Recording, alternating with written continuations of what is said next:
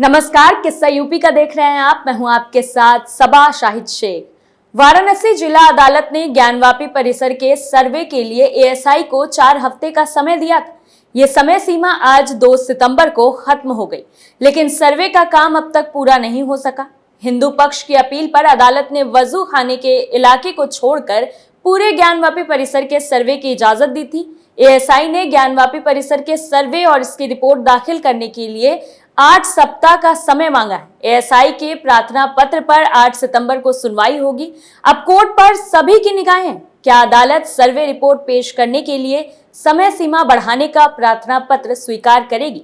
इसी पर चर्चा के लिए हमारे साथ मौजूद हैं कैपिटल टीवी के एग्जीक्यूटिव एडिटर राजीव जी। राजीव जी, बहुत बहुत स्वागत है आपका। धन्यवाद। क्या कोर्ट ये प्रार्थना पत्र स्वीकार करेगी? देखिए, स्वीकार तो करना ही है क्योंकि ये समय कम था और ऐसा नहीं है कि एएसआई का सर्वे अभी पूरा नहीं हुआ है।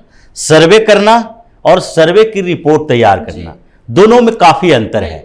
सर्वे किया जा चुका है और इसीलिए एक और एप्लीकेशन दिया गया था कोर्ट के अंदर कि वजू खाना के अलावा हर जगह पर हमने सर्वे कर लिया है, लेकिन वजू खाना को कब तक संरक्षित रखेंगे, ये भी एक एविडेंस है जिसकी चर्चा पहले हुई थी। और वहां पर जो शिवलिंग प्रकट हुए थे, जिसके बारे में लोगों का कहना था, दूसरे लोग जो कह रहे थे, यहां तक कि अपोजिशन पार्टी के कुछ लीडर ने भी कहा था कि एक मुगल कालीन आर्किटेक्ट है, फव्वारा है, जिसको तो बाद में सोशल मीडिया पर ट्रोल भी हुआ। ये फव्वारा गैंग सामने आ चुका है, जिसने बोला कि शिवलिंग की आकृति, यही एक बड़ी वजह है कि शिवलिंग की आकृति के फव्वारे की बात ये लोग कर रहे थे, जबकि वही उस आकृति से मिलते जुलते फव्वारे अगर G20 के स्वागत समारोह के लिए लगाए गए हैं तो आम आदमी पार्टी जैसी पार्टी के नेता हंगामा करने लगे हैं, क्योंकि इनको भी लगता है कि बीच बीच में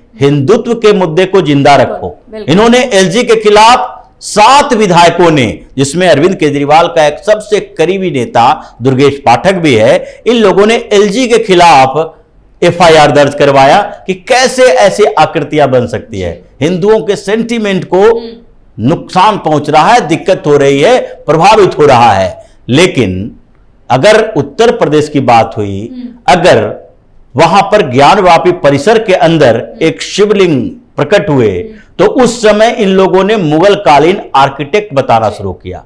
अब उस संरक्षित क्षेत्र में सुप्रीम कोर्ट का हस्तक्षेप है। सुप्रीम कोर्ट ने कहा है कि इसमें कोई छेड़छाड़ नहीं की जा सकती, लेकिन अब यह मामला तो सुप्रीम कोर्ट के पास है। सुप्रीम कोर्ट को यह चाहिए कि बिना छेड़छाड़ किए, जब पूरे परिसर का सर्वे हो सकता है, तो फिर वजू खाने का बिना छेड़छाड़ किए क्यों सर्वे नहीं हो सकता? ये मांग भी उठी थी कि वजू खाने का सर्वे हो, और इसके लिए एप्लीकेशन दिया गया है, याचिका दायर की गई है, उस पर भी आगे बात चल रही है। लेकिन जहां तक अभी के सर्वे की बात है, अभी जो एएसआई सर्वे हुआ, उस सर्वे में 2-3 दिनों तक कुछ रिपोर्ट सामने आए।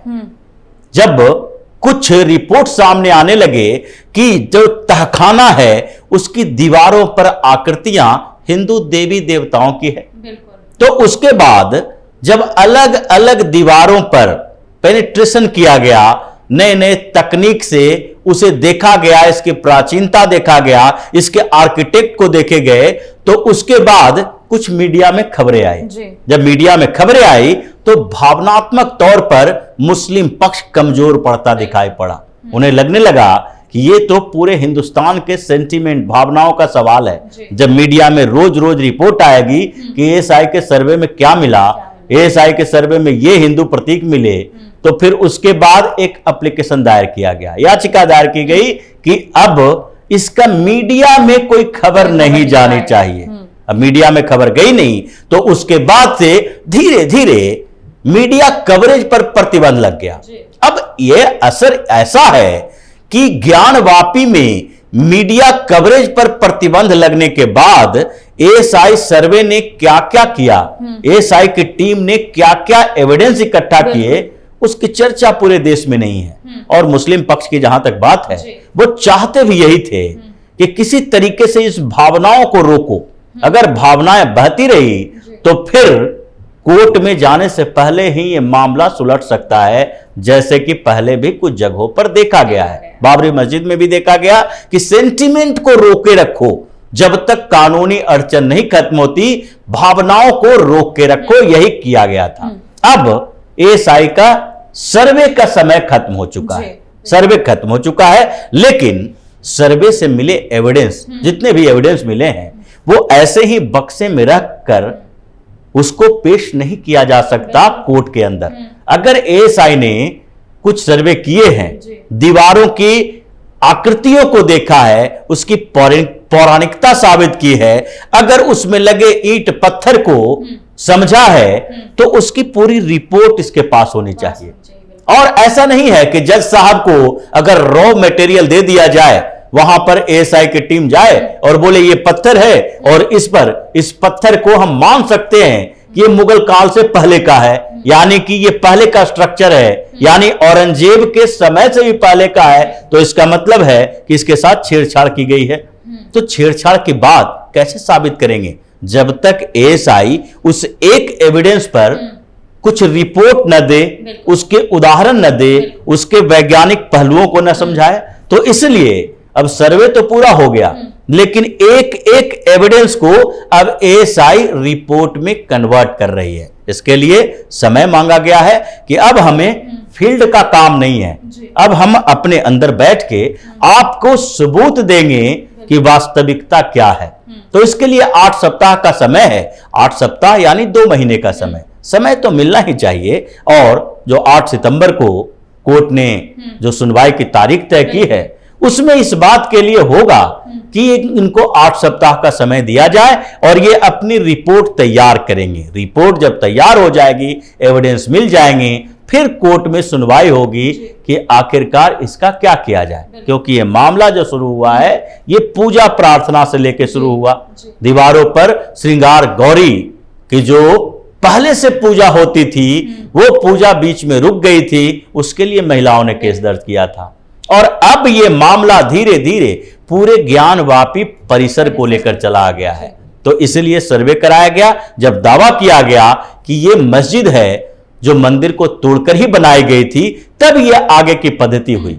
अब आगे क्या होगा ये तो कोर्ट में एविडेंस मिलने के बाद ही होगा, क्योंकि जिस तरीके से शुरुआती दौर की खबरें आ रही थी, एएसआई के फाइंडिंग्स मिल रहे थे, वो तो यही दिखा रहा था कि ये फाइंडिंग्स जा रहे हैं, ये सबूत मिल रहे हैं, वो हिंदू पक्ष के अनुकूल हैं और हिंदू देवी देवताओं के उपस्थिति के प्रमाण यहां पर मिल रहे हैं।